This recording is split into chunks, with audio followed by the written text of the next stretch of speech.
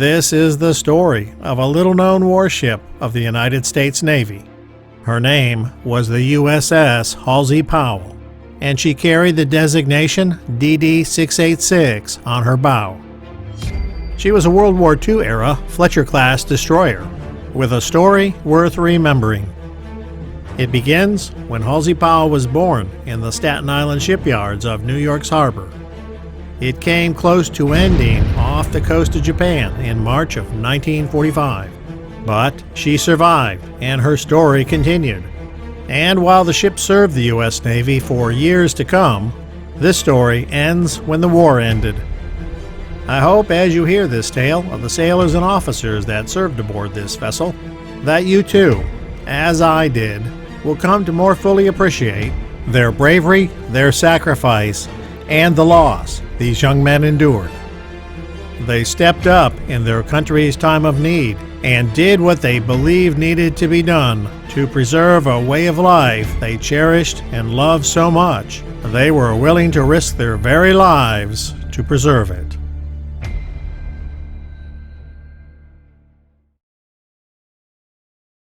October 1943 was a Monday. It was autumn in the city of New York. Leaves had turned color from green to hues of red, orange, and yellow, and were beginning to fall to the ground. The heat of summer was gone and cooler temperatures prevailed, the mercury hovering around 48 degrees Fahrenheit. If you happened to be strolling along the waterfront on New York's Lower East Side that morning and looked across the East River, you would have seen the Brooklyn Navy Yard. If you looked closer, you would have seen a brand new Fletcher-class destroyer tied up at berth 15. On her bow, the number 686 painted in black and white block letters.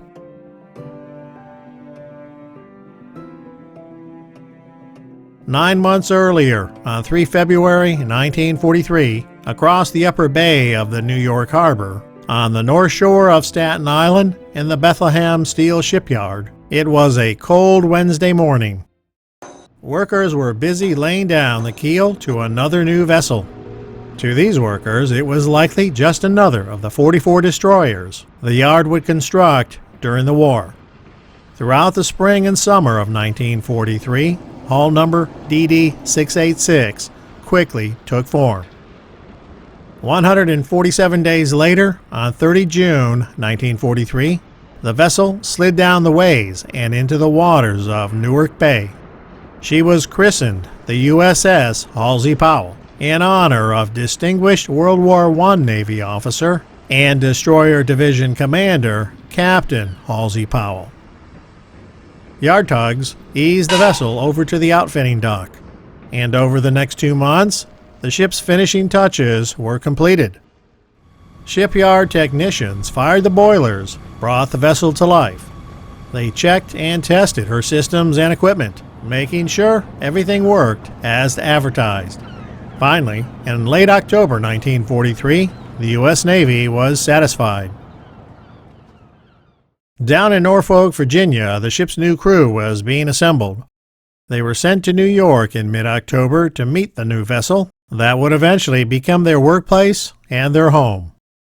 Moored at Pier J, berth 15 in the Brooklyn Navy Yard, the new crew was assembled on the fantail.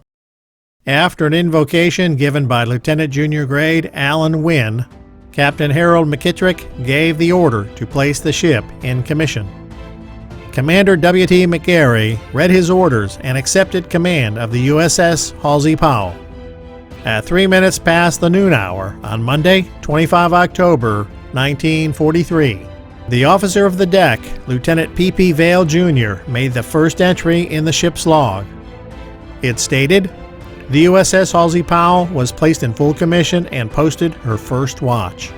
And with that, the Halsey Powell joined the U.S. Navy fleet and became another of the 175 Fletcher-class destroyers that would eventually be built for the war effort. The vessel was now an official warship of the U.S. Navy, but hardly ready for combat. The ship and crew were untested. The next 2 months, the crew would be drilled and trained nearly non-stop to assure this new destroyer was ready to go to war. On Wednesday morning, 27 October, yard tugs moved the USS Osmond Ingram, an old World War I Clemson-class destroyer, alongside Halsey Powell, and moved both into Dry Dock Number 4 in the Navy Yard. By noon, the vessels were resting on keel blocks high and dry, allowing the hull board to inspect the underwater hulls and fittings of both ships. On Saturday morning, they both received a clean bill of health. The dry dock was flooded and the vessels refloated. Halsey Powell was eased over to Pier D, berth 5. One of the ship's 4 boilers was lit and steam raised. By day end, the ship was furnishing its own power. Fletchers were built with 4 boilers. The number of boilers lit at any one time was dependent on the power needs of the ship. While moored, 1 boiler was all that was needed. But it was not good management to let 1 boiler carry the ship's load for days on end. So, E Division would rotate the ship's power needs from boiler to boiler. While 1 boiler was providing power, a 2nd boiler would be lit and brought online. Once the 2nd boiler was carrying the ship's power needs, the 1st would be shut down and secured. This assured that usage was spread evenly among the ship's 4 boilers. It also provided the crew hands-on experience running the vessel's steam and mechanical systems. At 9:23 on Thursday morning, 4 November 1943, the General Quarters klaxon was sounded for the first time. The crew scrambled to battle stations. Captain McGarry assessed their performance, and after 43 minutes, gave the order to secure. Improvement needed to be made. Commander McGarry had 2 months to hone the skills of these young men. The next day, Friday, the ship took on 40,000 gallons of fuel oil and 700 gallons of diesel fuel, a sure indication that something was afoot. At 05:43 on Sunday morning, 7 November, E Division lit a 2nd boiler. Only this time, they did not secure the boiler that was already running. The ship would be needing more steam this morning. At 0800, the crew let go all lines, and with the help of a tug, DD-686 eased into the channel. She steamed south down the East River toward New York's Upper Bay. Passing Governor's Island, she met up with the tug Madeline J. Messick. By 0900, she was securely moored at the 35th Street Pier in Brooklyn, where an ammunition barge came alongside. Torpedo warheads and depth charges were loaded aboard and stowed. This marked the very first time that ordnance had been brought aboard the ship. On Monday, 8 November, the vessel was underway at dawn. The bridge rang up 15 knots on the telegraph. Down in the engine room, the crewman manning the throttle board eased the main steam valves open. Superheated, high-pressure steam began flowing into and turning the ship's 2 turbines. Each turbine rotated a large reduction gear, and each reduction gear turned a 16-inch propeller shaft. The crewman on the throttle board watched an RPM counter tick upward. As the propeller shafts approached 147 RPM, he moderated the throttle to hold that RPM. The ship moved forward and stabilized at 15 knots. Once the ship had cleared the Narrows, the all-stop was given. The ship coasted to a stop and the anchor was let go. Mooring DD-686 in Gravesend Bay at 07:45 that morning. A barge came alongside, and the crew commenced loading, cataloging, and stowing more ammunition. This went on for most of the day. The magazines below each 5-inch mount began to fill with projectiles and powder cases. The 20 and 40 millimeter ammunition lockers were also stocked. When done, the bridge rang up a 15-knot bell. The ship made her way back through the Narrows into New York's Upper Bay. The next stop was the Deperming Pier on the New Jersey side of the Hudson River. That evening, the ship went through deperming to reduce the ship's magnetic signature. Tuesday, 9 November 1943 at 07:30, the ship eased out into the channel and sailed up the East River, passing under the Brooklyn Bridge, followed by the Manhattan, the Williamsburg, and Queensboro bridges. She passed North Brother Island on her starboard bow then Rikers Island, and finally under the Bronx Whitestone Bridge. By 10:30, USS Halsey Powell was steaming in the open waters of Long Island Sound. The first item of business was to complete speed trials. Steering a course of 073 degrees, the skipper ordered a 17-knot bell. The throttles were eased open, the turbines spooled up. The propeller shafts went from 147 to 176 RPM. A white wave curled off the ship's bow as it cut through the water. A 19-knot bell was rung up. More steam was released into the turbines. A few minutes later, the order came for 21 knots, then 22 knots, then 26 knots, then 31 knots, nearing the limits of the ship's maximum speed of 36 knots. The 4 boilers were nearing their capacity to produce steam, and the 2 turbines gobbled it up as fast as it could be produced. The 2 reduction gears were smoothly humming as they spun the 2 12-foot screws at 310 RPM. Behind the ship trailed a boiling, roiling froth of seawater that pushed the agile vessel through the water. The bridge practiced maneuvering the ship at high speed for the next 2 hours. Then it was photo op time. The ship took up station about 3 miles east of the Stratford Shoals Light in the middle of Long Island Sound. The aircraft showed at 1550, circled for about 30 minutes, snapping photos from various angles, then headed home. The skipper ordered a course for Oyster Bay on the north side of Long Island, where she dropped anchor at 1730 and secured for the night. The next 2 days were spent sailing the Sound. The crew constantly trained.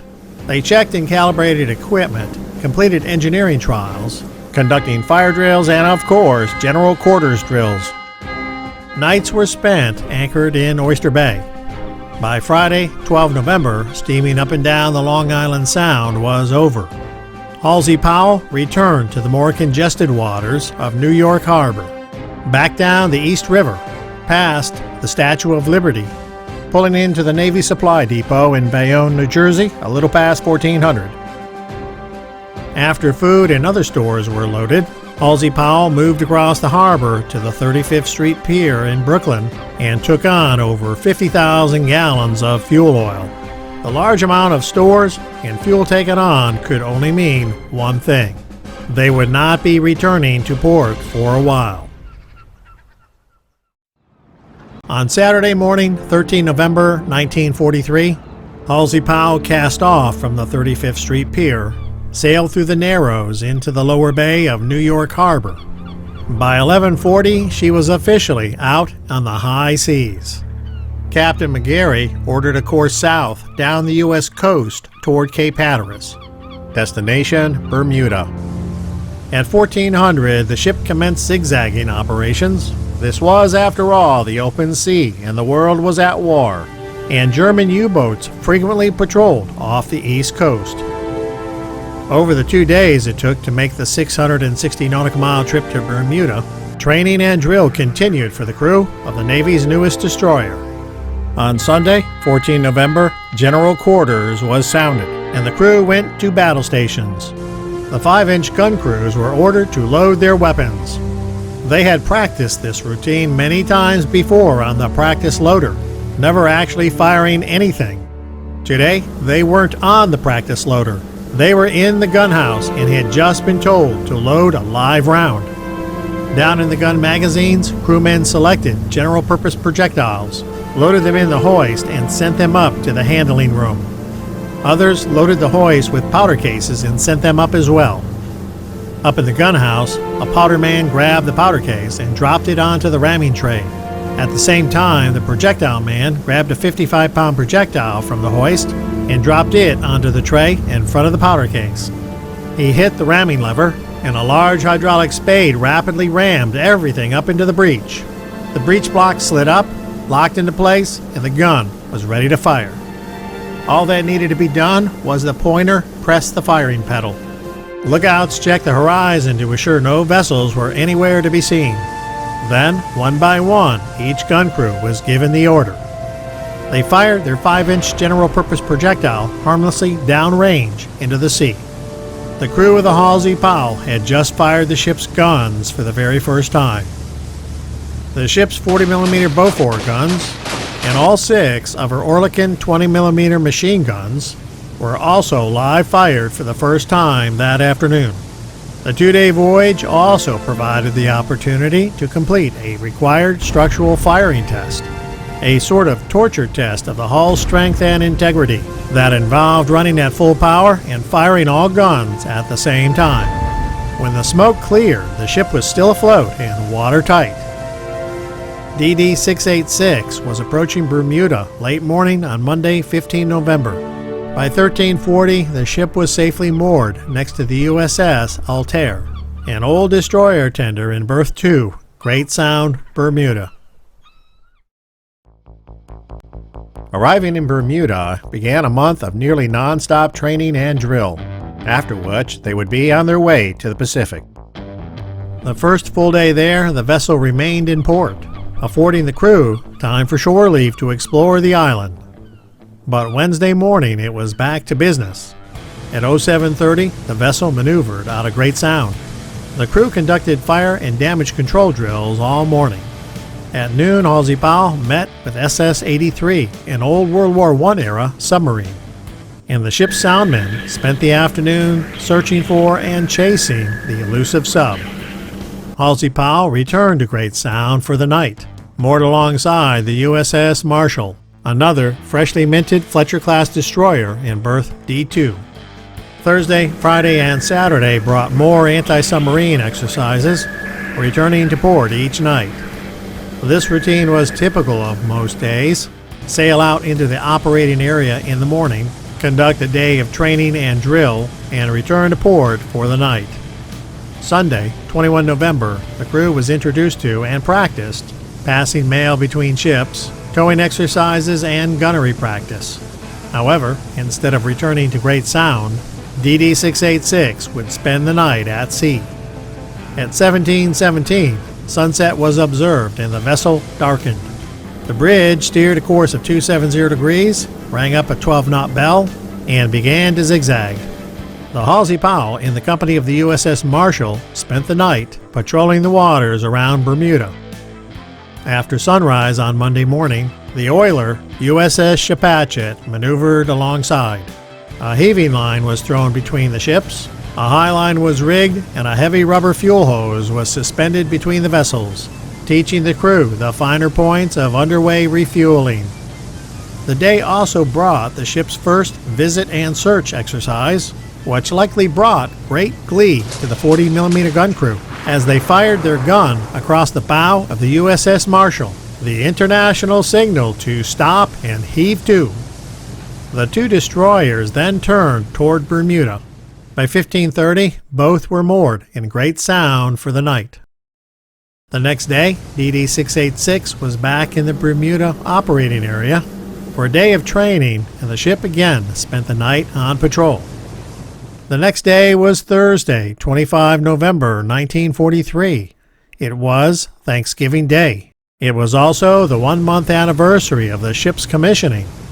At 03:30, the crew that was on duty got a bit of excitement. Patrolling south of Bermuda, radar notified the bridge of an unidentified surface contact. Thinking it was a German submarine, the helmsman steered a course for the target. As they closed, it was lit with arc lamps. Expecting a submarine, it was in fact a friendly fishing vessel. The crew breathed a sigh of relief. That afternoon, the crew was treated to a turkey dinner in honor of the holiday, complete with stuffing, potatoes, peas, asparagus, and plenty more. Training continued for the next 2 weeks and included firing exercises, passing mail, checking radar systems, steaming in formation, casualty drills, torpedo exercises, nighttime illumination drills, battle problems, and absolutely everything else needed to hone the crew's skills. When Saturday, 11 December 1943 arrived, it marked the 1-month anniversary since DD-686 had sailed into Long Island Sound and began her Shakedown cruise. The day also brought a change in routine. Orders arrived assigning the USS Halsey Powell, USS Marshall, and USS Wadley to Task Unit TU 27.5.1. All were new Fletcher-class destroyers nearing the end of their shakedown cruises in Bermuda. They were to depart immediately and rendezvous with Task Group 27.5, which was centered around the USS Iowa out in the mid-Atlantic, and escort her back to the States. The three-ship group immediately got underway, forming into a scouting line just like they were trained. Halsey Powell in the center, the USS Wadley 2,000 yards on the port beam, the USS Marshall 2,000 yards on the starboard beam. The three Fletchers provided a stunning sight as their formation cut through the waters of the Atlantic. In fact, it was rare to find destroyers operating alone. They were designed to work and support one another, and nearly always operated in groups like this when on patrol or escort duty. It would be a rare event to spot a Fletcher sailing all alone. After 2 days of sailing, the trio rendezvoused with the USS Iowa and the rest of Task Group 27.5 at 1600 on Monday, 13 December.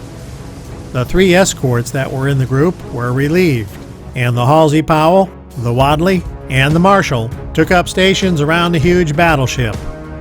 Aboard the USS Iowa was President Franklin D. Roosevelt. He was returning home after attending the Tehran Conference. The Halsey Powell and her two sister Fletchers were now in charge of making sure the President made it back safely to the United States. They spent the next 3 days dutifully protecting the President's ship.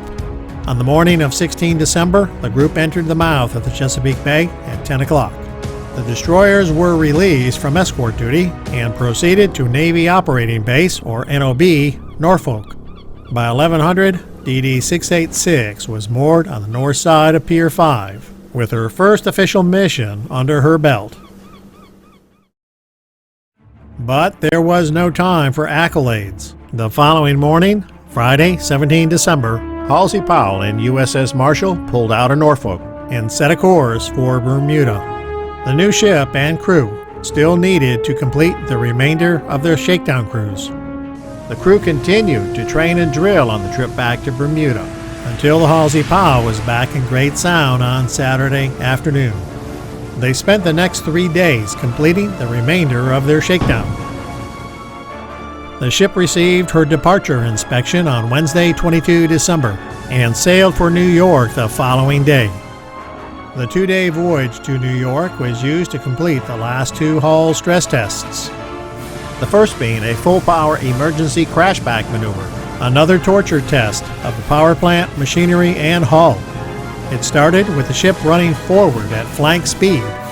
Once stable at 36 knots, the full stern bell was rung up. Down in the engine room, the propeller shafts were stopped, then reversed. High-pressure steam was released into the turbines, sending 30,000 horsepower to each of the 2 12-foot screws. The combined 60,000 horsepower began turning the screws backwards, fighting against the current. The entire vessel shuddered as the brakes were applied. Halsey Powell slowed, halted, and began to back up, gaining speed until water began to wash over the stern. Finally, the yawl stop was called. The hull was checked for damage and leaks. With none reported, an all-ahead full bell was rung up for the last test. This involved subjecting the hull to a series of depth charge explosions. The charges were set to detonate at 50 feet. 3 600-pound charges were fired from the K-guns on the port and starboard sides of the ship. Another 5 600-pound charges were rolled off the stern racks. Bright flashes appeared from the depths around the stern of the ship. An instant later, shock waves battered the hull as huge plumes of white and black water erupted skyward. Despite the pummeling, the ship remained watertight and continued on her way.